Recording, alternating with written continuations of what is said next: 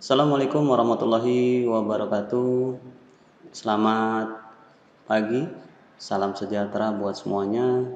Mudah-mudahan hari ini kita semuanya sehat, tidak kurang satu apapun. Yang pasti, walaupun kita berdiam diri di rumah, tetap kita harus menjadi orang yang produktif. Walaupun kita berdiam diri di rumah, tetap kita harus semangat, ya, karena kondisi yang membuat kita tetap harus di rumah, ya. Pada kesempatan hari ini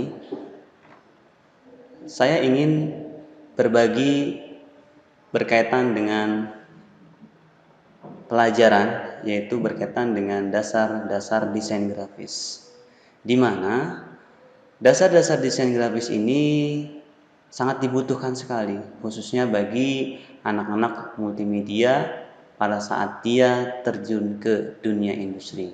Karena ini adalah salah satu komponen pembelajaran yang memang harus dikuasai oleh anak-anak multimedia itu sendiri. Materi kita kali ini yaitu berkaitan dengan perangkat lunak pengolah gambar. Ya, materi kita pada kali ini yaitu berkaitan dengan perangkat lunak pengolah gambar. Apa sih yang dimaksud dengan perangkat lunak pengolah gambar? Nanti kita akan coba bahas berkaitan dengan perangkat lunak pengolah gambar secara mendalam, agar supaya sebelum kita menggunakan aplikasi perangkat lunak pengolah gambar, kita tahu maksud fungsi dari aplikasi perangkat lunak pengolah gambar itu sendiri. Oke? Yuk kita mulai. Sebelum kita masuk ke dalam materi, di sini saya mau informasikan terlebih dahulu tujuan dari pembelajaran yang akan kita bahas berkaitan dengan perangkat lunak pengolah gambar. Ada dua tujuan, ini diselaraskan dengan KD yang bersangkutan berkaitan dengan perangkat lunak pengolah gambar itu sendiri. Tujuan yang pertama adalah di sini bisa kita lihat. Tujuan yang pertama di sini kita bisa lihat di layar. Yang pertama adalah tujuan yang pertama menerapkan teknik penggunaan fungsi-fungsi fitur pengolah gambar bitmap secara mandiri. Jadi, setelah kita mempelajari aplikasi perangkat lunak pengolah gambar tersebut, kita diharapkan untuk mampu menjelaskan fungsi dari fitur-fitur pengolah gambar bitmap yang ada di aplikasi tersebut itu secara mandiri. Untuk tujuan yang kedua, di sini tujuan yang kedua yaitu kita diminta untuk melakukan pengolahan gambar. Kita diminta untuk melakukan pengolahan gambar vektor pada aplikasi pengolah gambar, khususnya adalah pengolah gambar bitmap dalam kegiatan sehari-hari secara mandiri. Jadi, yang pertama kita diminta untuk mengenali fungsi-fungsi dari fiturnya, fitur dari aplikasi tersebut, dan yang kedua kita diminta untuk melakukan sebuah pengolahan gambar itu menggunakan aplikasi pengolah gambar, khususnya adalah aplikasi pengolah gambar bitmap. Nah, itu adalah tujuan dari pembelajaran kita saat ini, atau tujuan dari materi yang akan saya sampaikan pada kesempatan kali ini. Oke, kita lanjut. Yang selanjutnya, sebelum saya menampilkan, sebelum kita paparkan materi-materi yang berkaitan dengan aplikasi pengolah gambar tersebut, saya ingin kita semua mengamati, saya ingin semuanya kita melihat, ya, kita melihat tayangan video yang akan saya tampilkan berkaitan dengan aplikasi pengolah gambar tersebut. Oke, silakan disaksikan.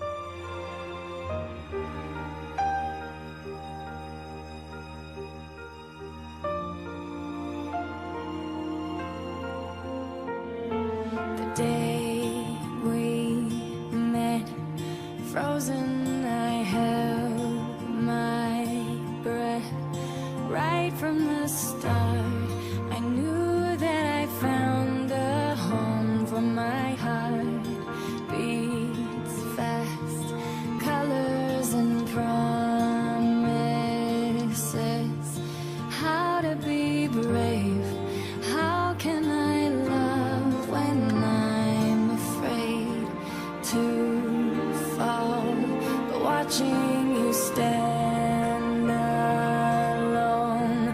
All of my doubt suddenly goes away somehow. One step closer.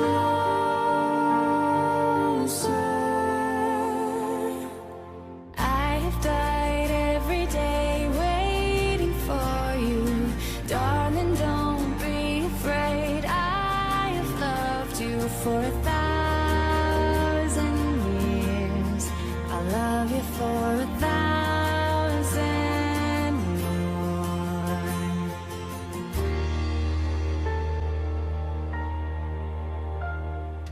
Time stands still. Beauty in all she is. I will be brave. I will not let anything take away what's standing in front of me. Every breath, every hour has come to this. One step closer.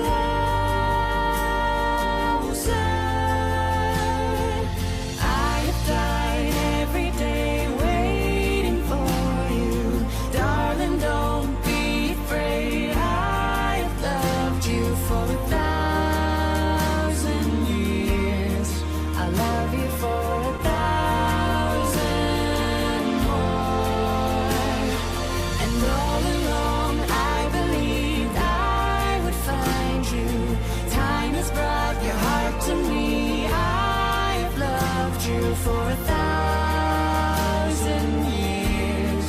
I love you for 1,000 more.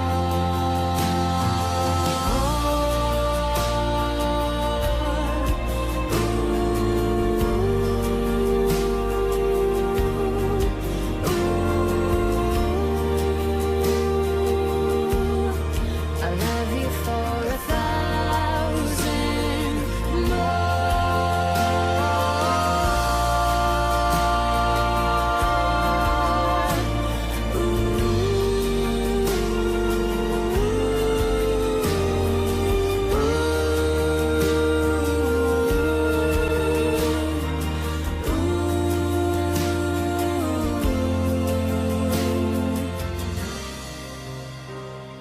One step closer.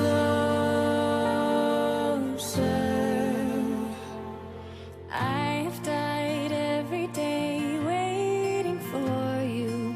Darling, don't be afraid. I have loved you for 1,000 years. I love you for 1,000 more. And all along I believed I would find you. Time has brought your heart to me. I have loved you for 1,000 years. I love you for 1,000 more. I will love you 1,000 years.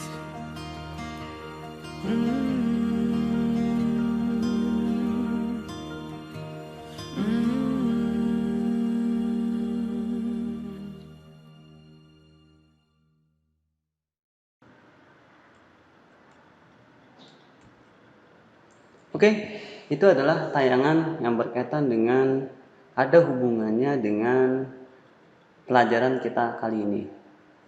Video tersebut saya ambil dari akun YouTube seseorang, yang pasti ini bukan bersifat untuk komersil. Ini adalah hanya untuk mengkaitkan antara pelajaran kita saat ini dengan output yang akan kita hasilkan nanti pada saat kita selesai mempelajari materi saat ini. Tadi saya sudah menyinggung berkaitan dengan apa itu perangkat lunak pengolah gambar. Oke, sekarang kita akan mempelajari, sebelum kita menggunakan aplikasi tersebut, kita akan mempelajari dulu kita akan memahami dulu apa yang dimaksud dengan perangkat lunak pengolah gambar. Perangkat lunak pengolah gambar adalah aplikasi yang dibuat untuk mengolah gambar secara baik dalam bentuk info hingga pengeditan garis. Itu adalah pengertian dari aplikasi pengolah gambar. Jadi, aplikasi pengolah gambar itu adalah bukan hanya diperuntukkan khusus untuk melakukan sebuah pengeditan berbentuk gambar saja, tapi aplikasi perangkat lunak pengolah gambar di sini pun bisa digunakan untuk melakukan pengolahan-pengolahan. Contohnya, untuk melakukan pembuatan banner, untuk melakukan pembuatan ID card dan segala macamnya. Ya, makanya di sini nanti kita akan coba cari tahu apa sih fungsi dari perangkat lunak pengolah gambar itu sendiri. Secara garis besar, tadi saya sudah katakan adalah perangkat lunak pengolah gambar adalah aplikasi yang dibuat untuk membantu mengolah gambar secara mudah. Jadi untuk mempermudah bagaimana kita melakukan pengolahan gambar. Kenapa? Kadang pada saat kita melakukan pemotretan, pada saat kita melakukan pengambilan gambar, terkadang hasil yang kita dapatkan pada saat kita melakukan pengambilan gambar itu kurang sempurna. Makanya dengan adanya aplikasi pengolah gambar tersebut, kita bisa menyempurnakan hasil gambar yang memang nanti outputnya yang akan ditampilkan ke orang lain. Itu adalah berkaitan dengan perangkat lunak pengolah gambar. Yang selanjutnya, kita akan berbicara berkaitan dengan fungsi perangkat lunak pengolah gambar. Nah, tadi kita sudah berbicara tentang pengertiannya berkaitan dengan perangkat lunak pengolah gambar. Sekarang kita masuk berkaitan dengan fungsi dari perangkat lunak pengolah gambar itu sendiri. Ada banyak sekali fungsinya. Di sini saya akan coba sebutkan satu persatu agar kita paham, agar kita mengerti fungsi dari perangkat lunak pengolah gambar itu sendiri. Fungsi yang pertama yaitu software pengolah gambar. Fungsi yang pertama adalah memudahkan dalam kita melakukan pengeditan gambar. Nah, masuknya dalam konteksnya video yang tadi adalah foto-foto yang tadi ditampilkan dalam bentuk video itu adalah hasil dari pengolahan gambar menggunakan sebuah software perangkat lunak pengolah gambar. Nah, itulah yang dikatakan memudahkan dalam melakukan pengeditan atau mempercantik sebuah gambar ataupun foto. Yang selanjutnya, dapat mempercantik tampilan foto atau gambar secara Yang selanjutnya dapat mempercantik tampilan foto tadi saya sudah katakan atau gambar seperti contoh gambar yang tadi sudah kita lihat tayangannya seperti apa. Yang selanjutnya fungsinya adalah dapat membantu membuat rancangan bangun. Dapat membantu membuat rancang bangun. Contoh, misalkan kita membuat sebuah desain rumah. Nah, itulah yang dikatakan dari rancang bangun, ya. Nah, untuk mempermudah untuk melakukan rancang bangun. Nah, sebuah aplikasi perangkat lunak pengolah gambar fungsinya adalah salah satunya mempermudah melakukan pembuatan rancang bangun. Itu. Yang selanjutnya adalah dapat membantu pembuatan sampul buku, ya. Kita sering melihat sampul buku baik itu buku-buku yang pembelajaran maupun buku-buku majalah itu adalah hasil dari sebuah proses pengeditan menggunakan sebuah aplikasi pengolah gambar, ya. Banyak sekali sampul-sampul buku yang di sekeliling kita sudah kita temukan model-modelnya seperti apa. Oh, ternyata itu adalah hasil dari pengolahan gambar. Oke. Yang selanjutnya adalah di sini membantu dalam membuat desain. Desainnya apa? Itu ada desain undangan, ada desain banner, ada desain ID card, ya. Jadi ternyata sebuah aplikasi pengolah gambar bukan hanya digunakan untuk mempercantik foto atau mempercantik gambar yang sudah kita ambil baik menggunakan handphone maupun menggunakan kamera-kamera yang kita miliki. Ternyata kita bisa membuat gambar. Ataupun informasi yang akan kita sampaikan ke orang lain itu menggunakan aplikasi pengolah gambar itu sendiri. Nah, ternyata banyak sekali kegunaannya. Fungsi yang selanjutnya di sini adalah kita diberikan kemudahan untuk membuat tampilan kalender. Jadi kita dapat membuat kalender menggunakan aplikasi pengolah gambar itu.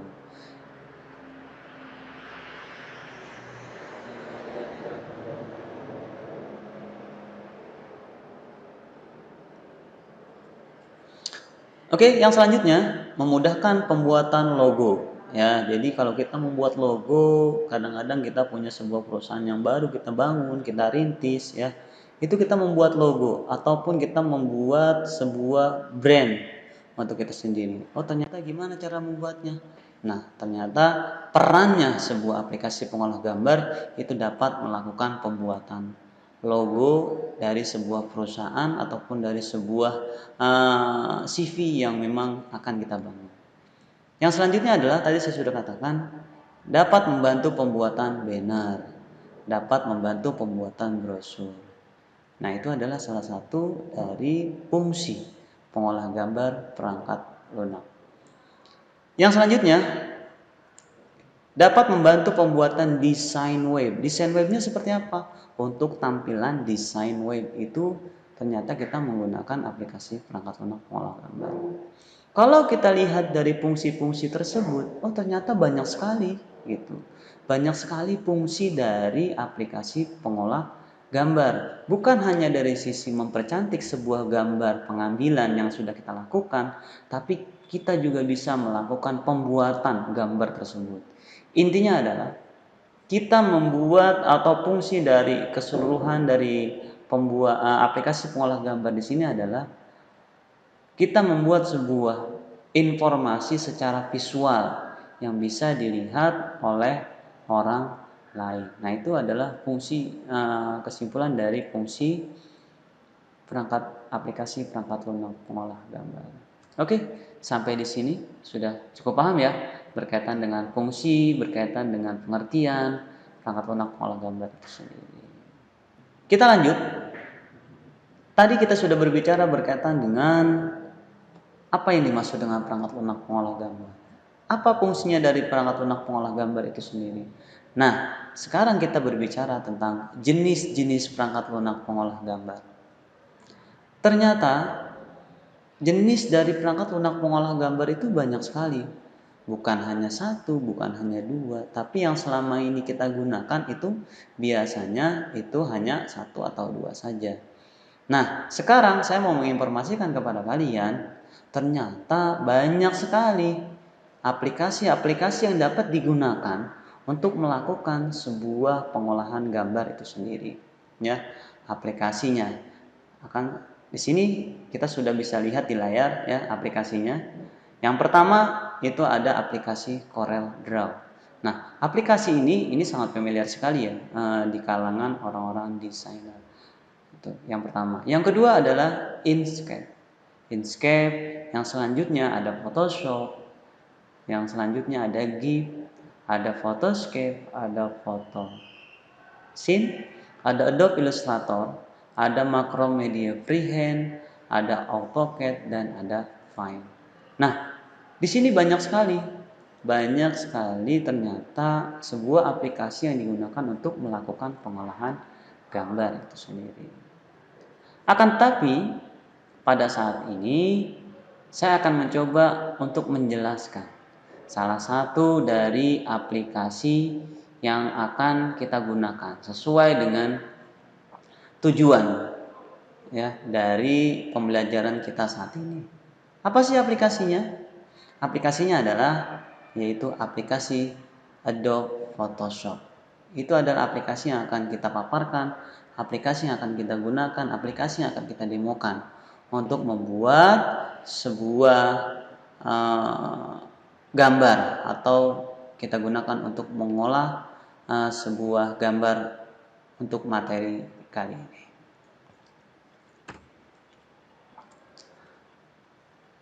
Tadi saya sudah katakan bahwa aplikasi yang akan kita bahas pada kesempatan hari ini adalah salah satunya. Itu adalah aplikasi Adobe Photoshop. yaitu yang saya ambil versinya adalah aplikasi Adobe Photoshop CS6. Sebelum kita menggunakan aplikasi tersebut, di sini kita akan mencoba memperkenalkan dulu kepada kalian apa sih aplikasi Adobe Photoshop itu.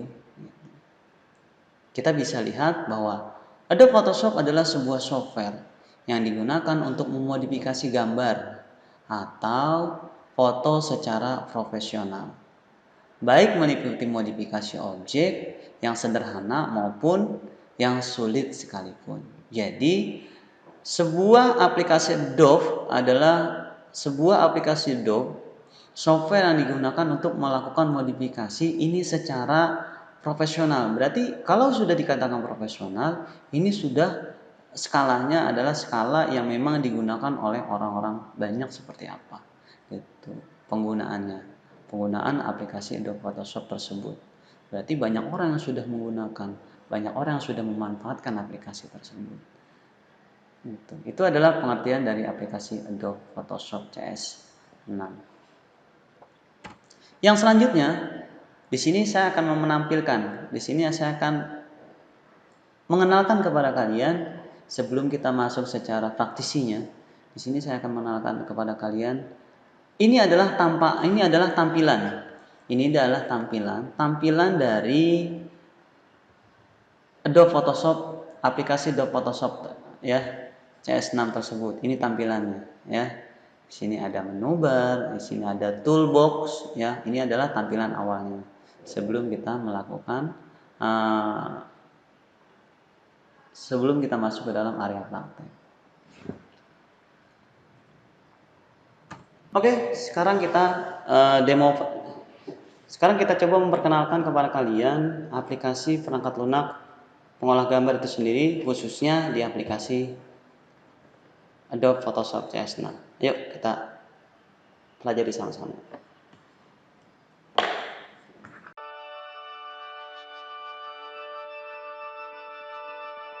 Halo teman-teman, bertemu dengan saya Zidan. Di sini di video tutorial dasar menggunakan Adobe Photoshop.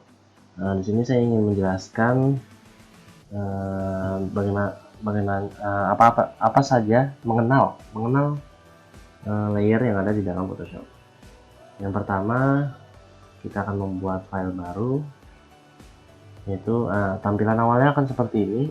Jika teman-teman menggunakan Adobe CC, saya menggunakan Adobe CC 2018. Yang pertama, kita klik New. Setelah klik New akan muncul tampilan seperti ini. Di sini saya menggunakan ukuran width 1920 pixel. Di sini satuannya pixel yang saya pilih, dan height-nya 1200. Karena saya di sini ingin menggunakan kertas yang berbentuk portrait atau vertikal, saya akan mengklik foto yang seperti portrait. Untuk resolusi, di sini saya akan menggunakan resolusi yang cukup kecil saja, yaitu 72 pixel per inch. Dan di sini ada color mode. Pilihan pertama yaitu RGB. Untuk teman-teman yang ingin hasil desainnya hanya tampil di layar, atau entah layar monitor, layar handphone, atau di televisi mungkin, teman-teman bisa pilih color mode yang RGB. Atau jika teman-teman ingin mencetak hasil desainnya, seperti mungkin teman-teman ingin mendesain sebuah banner, flyer, brosur, dan lain-lain, teman-teman bisa pilih CMYK. Dan selanjutnya ada background content, yaitu bagaimana background kita, warna dari background kita. Saya sini pilih white. Lalu klik create. Di sini hanya ada kertas kosong. Karena di sini saya ingin mengenalkan teman-teman pada layer, yaitu layer yang ada di dalam Photoshop. Saya akan memasukkan sebuah foto. Teman-teman jika ingin memasukkan sebuah foto, teman-teman bisa klik file, lalu klik open. Nah, di sini saya mencari foto yang ada di data D. Dan teman-teman bisa pilih terserah foto apa saja. Di sini saya sudah ada foto ini. Maaf. Nah, saya sudah memasukkan 2 foto. Bagaimana cara memasukkan foto ini ke dalam file kita yang sudah kita buat tadi, ke kertas kosong kita? Yang pertama caranya seperti ini. Teman-teman tidak bisa langsung memindahkan foto ini dengan move tool. Teman-teman bisa klik kuncinya dulu. Nah, kunci yang ada di sebelah kanan layer, lalu tekan Ctrl C, lalu Ctrl V, kita pindah sini. Nah, lalu dia akan masuk layernya. Atau teman-teman bisa langsung mungkin drag saja ke sini, ya kan, ditarik, ditahan, sama saja. Bagaimana senyamannya teman-teman. Sini saya akan kecilkan fotonya dengan cara Ctrl T. Maaf, layer tidak tertekan. Ctrl T, lalu saya kecilkan fotonya. Nah, seperti itu. Lalu tekan checklist. Saya ingin memasukkan foto selanjutnya dengan cara yang sama, yaitu tekan gemboknya, lalu saya tekan Ctrl C, lalu Ctrl V. Nah, dia akan muncul seperti ini. Mungkin teman-teman bertanya, kemana foto yang tadi? Bagaimana dia bisa tertutup dengan foto yang baru saya masukkan? Nah, di sini seperti yang ingin saya perkenalkan, yaitu layer. Di sini ada layer, bisa kita lihat di sebelah kanan. Yang pertama ada layer 2 dan ada layer 1, dan di bawahnya ada background. Background ini adalah warna dari background kita, yaitu putih. Jika kita hilangkan, misalnya tanda mata, nah dia akan backgroundnya menghilang. Tapi itu akan saya jelaskan nanti. Yang pertama, saya ingin menjawab pertanyaan yang awal. Bagaimana fotonya bisa tertutup? Foto tersebut tertutup karena foto yang baru saya masukkan, yaitu layer 2, berada di atas layer yang sudah saya masukkan dari awal, yaitu layer 1. Bagaimana cara agar layer 1 tadi terlihat lagi? Layer yang awal, foto yang awal kita masukkan terlihat lagi, itu gampang. Layer foto tersebut kita naikkan ke atas layer yang menutupinya. Nah, dia akan terlihat. Tapi layer yang tadi jadinya tertutup juga. Bagaimana cara agar kedua foto tersebut terlihat? Mudah, kita pindahkan saja. Kita pilih layer 1 yang berada di atas, kita pindahkan ke atas, dan layer 2 kita pindahkan ke bawah. Nah, kedua fotonya akan terlihat. Semuanya tergantung dengan bagaimana teman-teman ingin fotonya tampil. Entah keduanya terlihat atau salah satu saja, sesuai kreativitas teman-teman. Yang selanjutnya itu tadi bagaimana cara memasukkan foto dan memindahkan layer-layernya. Teman-teman bisa membuat sebuah layer baru, yaitu layer kosong, atau mungkin perumpamaannya adalah sebuah kertas kosong. Jika teman-teman ingin membuat sesuatu yang bukan foto seperti ini, bukan tempelan, teman-teman bisa klik di sini, ada icon create new layer, ya kan? Nah, lalu teman-teman klik, nah dia akan muncul seperti ini. Apa fungsinya? Yaitu di sini fungsinya adalah membuat sebuah layer baru. Dia akan muncul seperti ini, layer baru, dan ini adalah kertas kosong, yang dimana kita bisa membuat sesuatu di sini. Bagaimana caranya? Dengan apa? Seperti misalkan kita ingin membuat, kita ingin menggunakan brush tool, kita bisa menggambar di sini. Kita gambar seperti ini.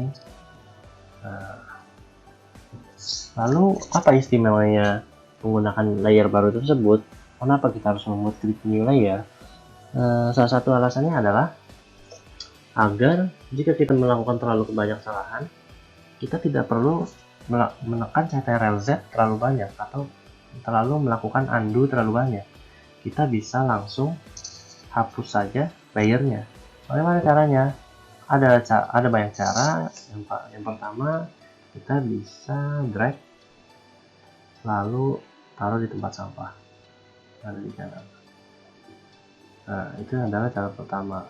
Yang kedua, teman-teman bisa langsung tekan delete saja. Nah, seperti itu. Nah, itu bagaimana cara membuat sebuah layer baru. Seperti itu.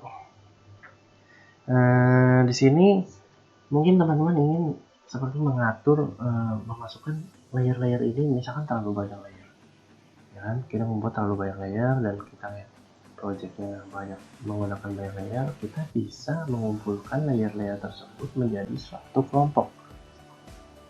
Bagaimana caranya? Itu mudah. Kita tekan layer yang ingin kita masukkan menjadi kelompok, ya kan? Bisa kita tekan, lalu bisa tekan shift. Nah, seperti ini, dia akan memilih layernya langsung seperti ini, dari atas ke bawah. Atau teman-teman bisa tekan CTRL saja, bukan menggunakan shift, tekan CTRL, klik, one layer yang ingin teman-teman pilih, seperti itu. Ini saya ingin layer 1 dan layer 2 ini jadi satu, saya pilih, lalu klik create new group yang ada di sini. Nah, dia akan menjadi satu seperti ini, grup 1. Teman-teman bisa namai, terserah. Jadi saya akan namakan foto. Ini kalau ingin membuat grup lagi bisa pilih. Lalu itu tadi caranya dengan menekan icon grup. Teman-teman bisa juga menggunakan shortcut yaitu CTRL K. Nah, ini bisa namakan lagi. Nah, seperti itu. Nah, di sini layer di sini teman-teman bisa apa? Tadi ada icon group, new layer, dan icon tempat sampah sudah saya jelaskan. Di sini saya ingin menjelaskan icon yang kotak dan ada lingkarannya. Yaitu ini adalah icon layer mesh. Apa itu layer mesh? Layer mesh itu teman-teman jika ingin melakukan masking atau apa namanya, seperti menghilangkan bagian pada layer, teman-teman bisa menggunakan layer mesh. Bagaimana? Akan saya contohkan seperti ini. Yang pertama, teman-teman ingin pilih dulu layer mesh, menggunakan layer mesh, lalu teman-teman klik layer mesh, lalu teman-teman menggunakan brush tool, pastikan warnanya hitam, lalu teman-teman hapus bagian yang ingin dihapus, seperti ini. Nah, dia akan menghilang. Mungkin fungsinya sama seperti eraser tuh, tapi keistimewaan dari layer mesh ini adalah teman-teman jika melakukan banyak kesalahan, teman-teman tidak perlu CTRL Z. Yang pasti jika teman-teman menekan CTRL Z terlalu banyak, itu tidak bisa, karena CTRL undo di Photoshop ini memiliki limit atau memiliki batasan. Teman-teman bisa menghapus layer mesh tersebut. Jadi yang sudah dihapus seperti ini, kita hapus, kita klik kanan di layer mesh-nya, jangan di fotonya, lalu dilihat layer mesh. Foto akan kembali seperti ini. Nah, teman-teman bisa membuatnya lagi. Lalu teman-teman bisa menggunakan quick selection tool seperti ini, dan terus kayak dihapus. Nah, jadi seperti itu bisa. Atau mungkin teman-teman seperti ini ya, belum ada layer mesh-nya, terus sudah diseleksi, lalu tekan layer mesh. Nah, dia akan otomatis seperti ini. Dan jika teman-teman ingin membuat hasilnya sebaliknya, maksudnya misalkan gambar dari Spider-Man-nya hilang, sedangkan background-nya ada, yang putih-putihnya ini ada, teman-teman bisa tekan CTRL I dengan posisi sudah mengklik layer mesh. Nah, dia akan terbalik seperti ini. Nah, mungkin itu saja yang bisa saya jelaskan tentang layer. Selebihnya mungkin bisa saya jelaskan di video-video selanjutnya. Cukup sekian dari saya, mohon maaf jika ada salah. Assalamualaikum warahmatullahi wabarakatuh.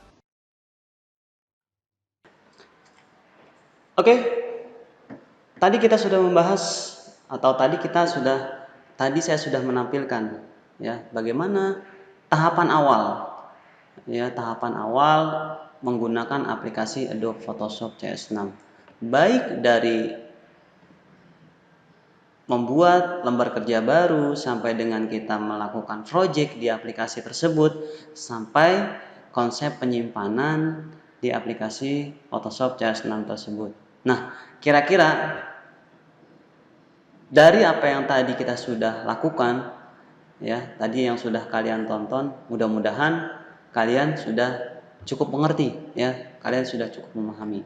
Apabila dari kalian masih ada yang kurang paham ataupun masih perlu bertanya, silahkan kalian tulis di kolom komentar apa yang harus dilakukan untuk agar supaya kalian bisa lebih paham lagi bermain dengan aplikasi Adobe Photoshop CS6 tersebut.